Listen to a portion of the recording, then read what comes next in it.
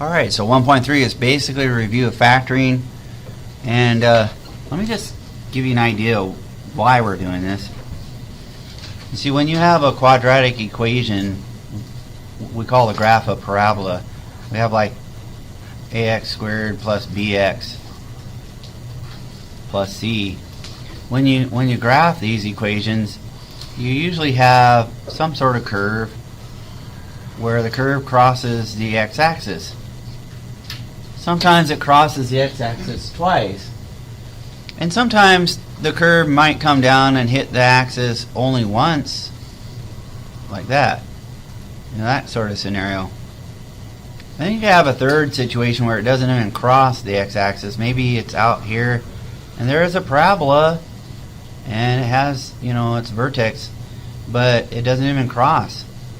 So when it crosses the x-axis, we call those zeros. Zeros. We'll call it a zero right here. We have a zero right here.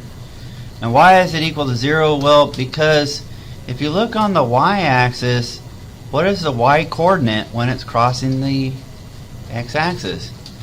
This is 1, this is 2. This value right here is 0. So the y value is 0. So these are often called the zeros of the parabola. Sometimes we call them roots also. Might call them roots. Okay, I don't really know how that word got caught on, but call them roots or zeros. Well, as you might imagine, these zeros, they produce in this graph here a boundary. Often this boundary right here is very important in business. So we want to know the boundaries where this might represent, for example, profit. It might represent profit on a certain, for some category in a business. So these zeros represent the boundaries, and then we can figure out anywhere between here we might have a profit. Well, whatever the case may be, that's what our task is in section 1.3, is to learn how to find these zeros. And finding those zeros often involves factoring. So let's go back now to the lesson and see how this all plays out. So solve x squared plus bx plus c. Now we're going to start off with the easier type of problem where the number in front of the x squared, in this case, is a 1. And that makes things a lot easier for us when this is a 1. Okay? Hopefully you can see that good enough. And so we're going to cover the easiest scenario in this section, and then we'll move on to more difficult situations later on. So factoring. And by the way, factoring is going to be used in multiple chapters. Chapters 1, 2, and 4 and 5 all use factoring, so it's something you definitely have to do. It's one of our basic skills from algebra that you're supposed to know. And so let's take a look at what happens here, and what we're going to try and do is work backwards. And so let me turn off the lights there so you can see the font there a little bit better. And the thing that we want to do is we want to start out, let me just put this in here just so you can see it a little bit better. There's an M here, there's an N here, there's an M here, and an N, and then M times N, and then notice this little sum here, and notice this here. Now, what we want to do is start off with this right here, and we want to get to that right there. Okay.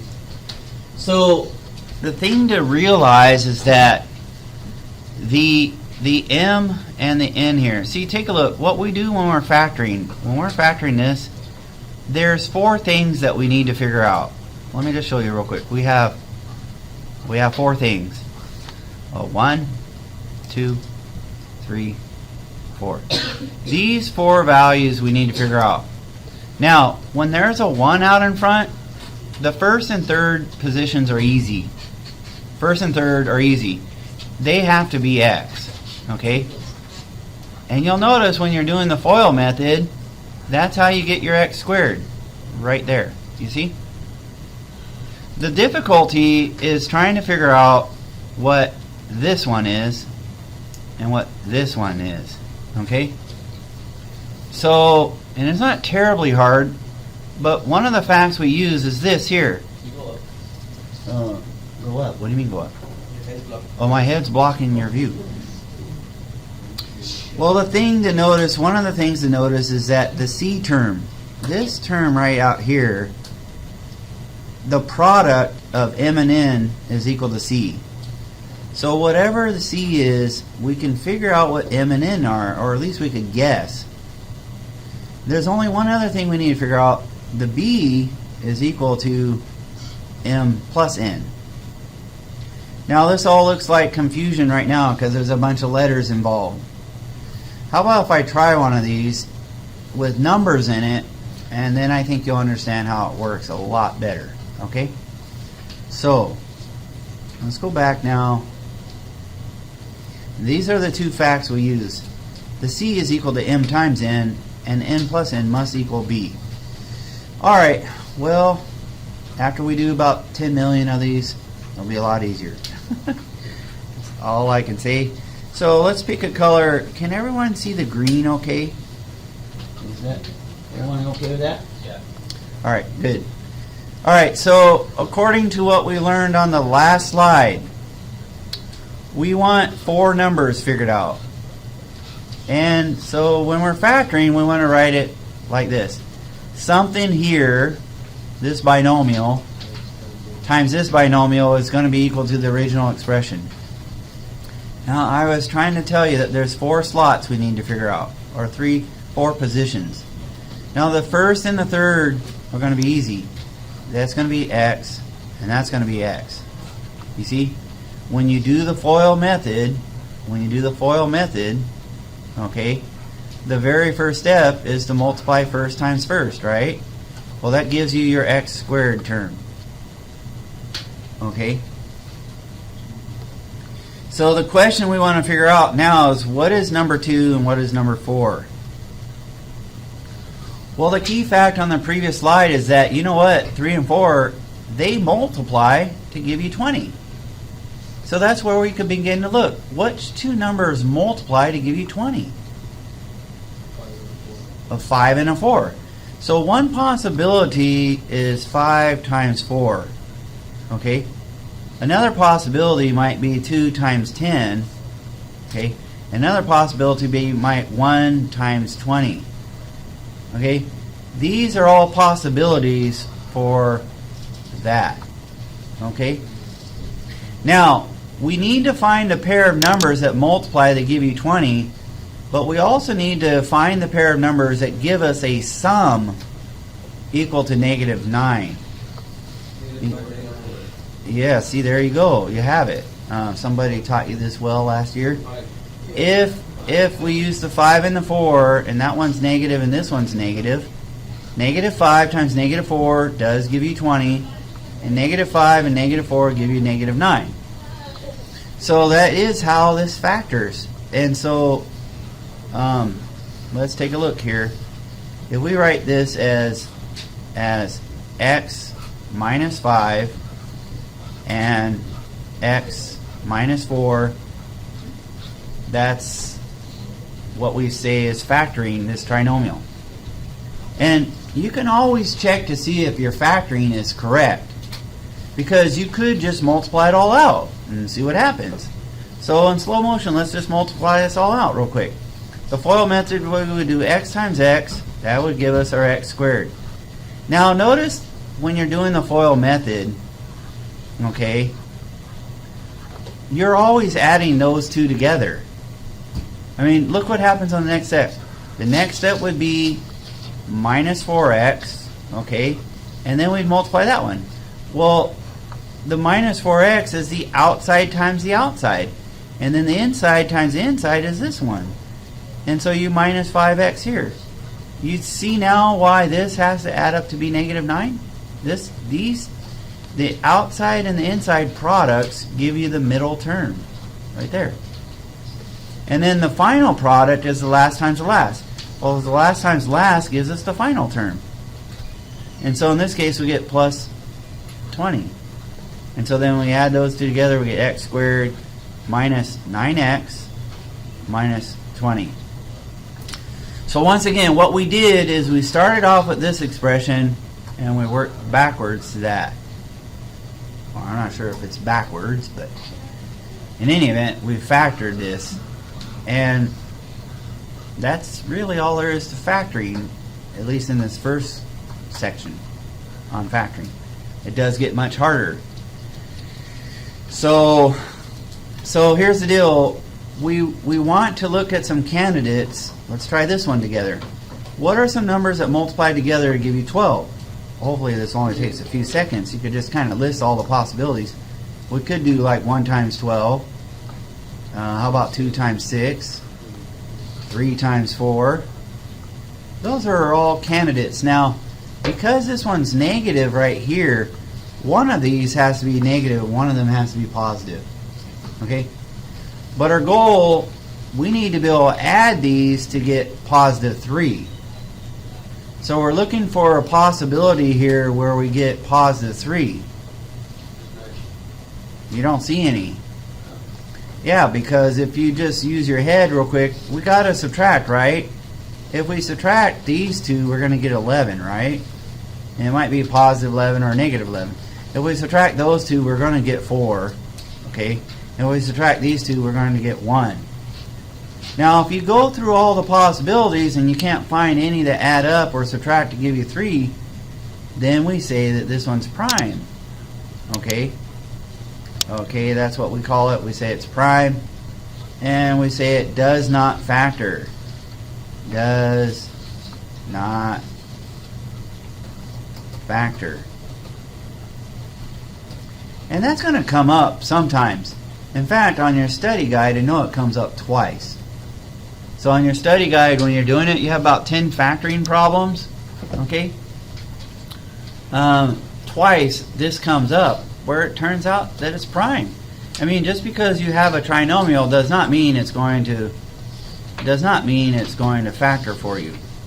Okay? Well, let's try a few more of these.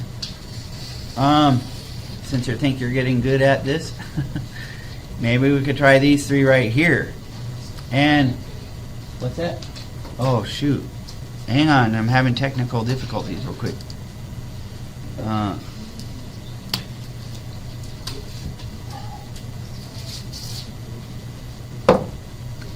Let me stop this for a second. Okay, so let's go ahead and continue here. We want to go ahead and do some factoring here. Okay, so this one, let me turn off the lights again so you guys can see a little bit better.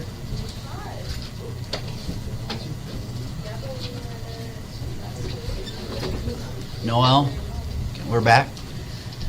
Alright, so once again, you need to figure out this term, this term. We need to look at the products of these guys right here. So what I'm going to do is list all the possible products I know of. How about like 1 times 18, 2 times 9, and how about 3 times 6? Those are all possible ways to get 18 using integers. You make it full screen? Make it full screen. Duh. Well, I could do this. I'll tell you what I could do. Go to slideshow and Oh, wait, hang on. I need to go make it full screen. yeah. Alright, try that. Okay, is that better? So once again we have 1 times 18, 2 times 9, and 3 times 6. Okay, so this sign here tells me that if I'm going to get a product here of negative 18, one of these has to be negative. And the other one has to be positive. Okay, so I'm trying to figure out how to get negative 3 in here. Yeah, hopefully you see it right here. If I make, which one's negative? 6. If I make this one a negative 6 and then make that one a positive 3, okay, 3 times 6 is negative 18 because this one's negative. But 3 minus 6 gives me negative 3. So that means I've found the pair of numbers that work. For this one, I'm going to write it right up here. X plus 3 and X minus 6. Everybody got that? Yeah. Now, let's try this one. We're looking for a couple numbers that when multiplied give me 9, but their sum equals negative 3. So in this one, if we look for like 9 times 1 and 3 times 3, I think those are the only integer pairs that work. 2 times 4.5. Yeah, 4.5. 4.5. Well, first of all, we won't be using decimal type numbers, but that wouldn't work either because it still needs to give us negative 3, and that gives us 1.5 when we subtract. Now this one's positive, so they either have to be both positive or both negatives to give me a positive 9, and because this one's negative, they both need to be negative. Does that make sense? So again, this is kind of review, but I don't see any of these numbers that are going to work anyways. So in this one, we're going to say prime. Okay, and so you could also write does. Yeah, you have a question, Joel? I don't get what you mean by add up to 3. Does not factor. Okay. All right. So Is that like 3 in it? let me give you an example. If I have negative 2 plus negative 1, what do those two numbers add up to be? 3. Negative 3, right? Is it positive 3? Well, that one's a negative and this one's a negative, and you're adding them, right? If you add two negative numbers, don't you get a bigger negative number? Yeah, that's how that works. So that's what we're saying down here. These two numbers, whatever pair of numbers that we choose, they have to add to give you the middle term. Oh, I get you now. So hopefully that makes sense. Now, see if you can quickly find the two numbers that work here without me telling you. I hope more than Noel can do this, because otherwise you guys are all going to be failing real soon. If Noel's the only one that can do this, you guys will be failing like quickly. Now this is why I taught you guys this last year in geometry class. We spent 3 weeks on factoring.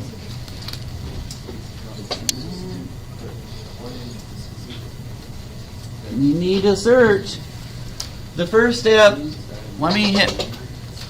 the first step, let's just look at some candidates here. Numbers that multiply to give you 63. Well, you can start off real easy one. 1 times 63 are two numbers. It's 2. Is there another possibility? Well, 3 works. 3 times 21. And there's one obvious one I think people should know right off the bat. How about 7 times 9? Now, we're looking for a combination of numbers that when added give me a positive 2. Now keep in mind, because the product is negative, one of the signs on these two numbers has to be positive, the other one has to be negative.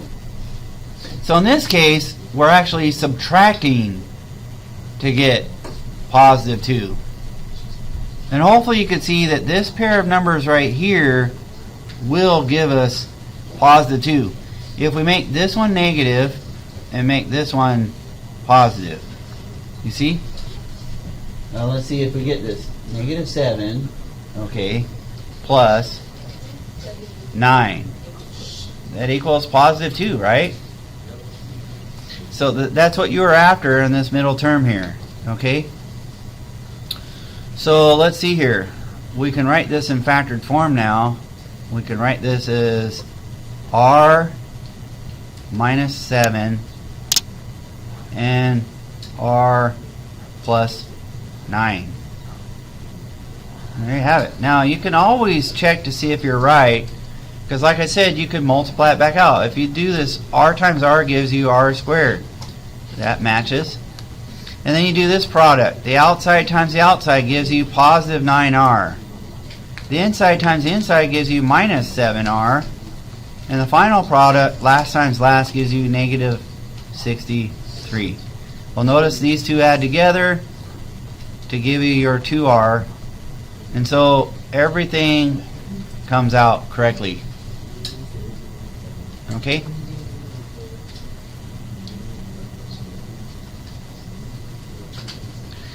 Alright, now we're going to save this special factoring for tomorrow. Alright, so what I want you to do now is to work on your study guide. Let me bring that up real quick, because I have your study guide also. And we want to do all the ones that we can before we do the next part. So study guide 1.3, that's this one right here. So do me a favor in the remaining time that we have in for homework tonight. Alright, first of all, what are some of these? You should be able to do some of these right here. I want you to, fill in the blanks here. Now, these are some examples, but here's the ones I want you to do. You should be able to do number 1. You should be able to do number 2. You should be able to do number 3. Let's skip number 4 for right now. Oh, hang on. Mr. Russell?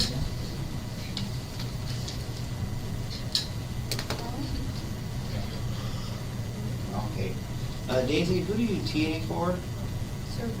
Surveyor. Surmeyer. All right, bye.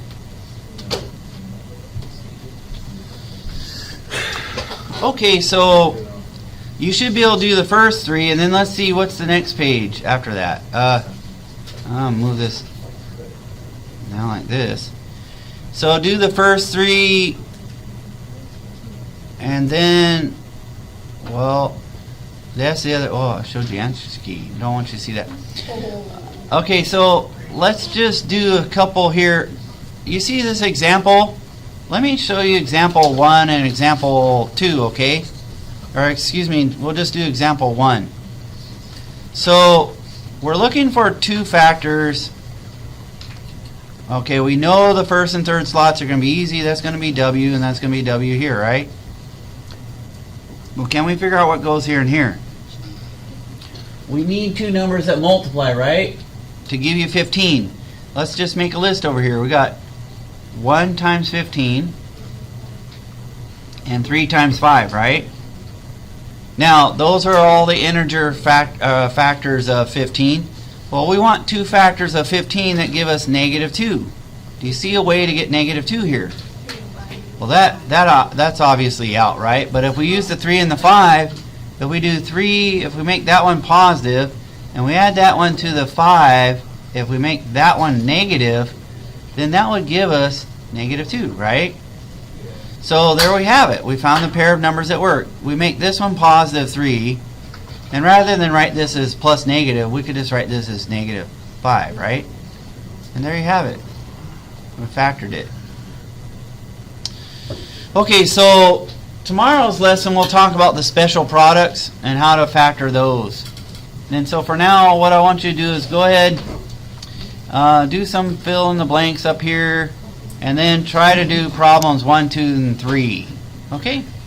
That's where we'll stop.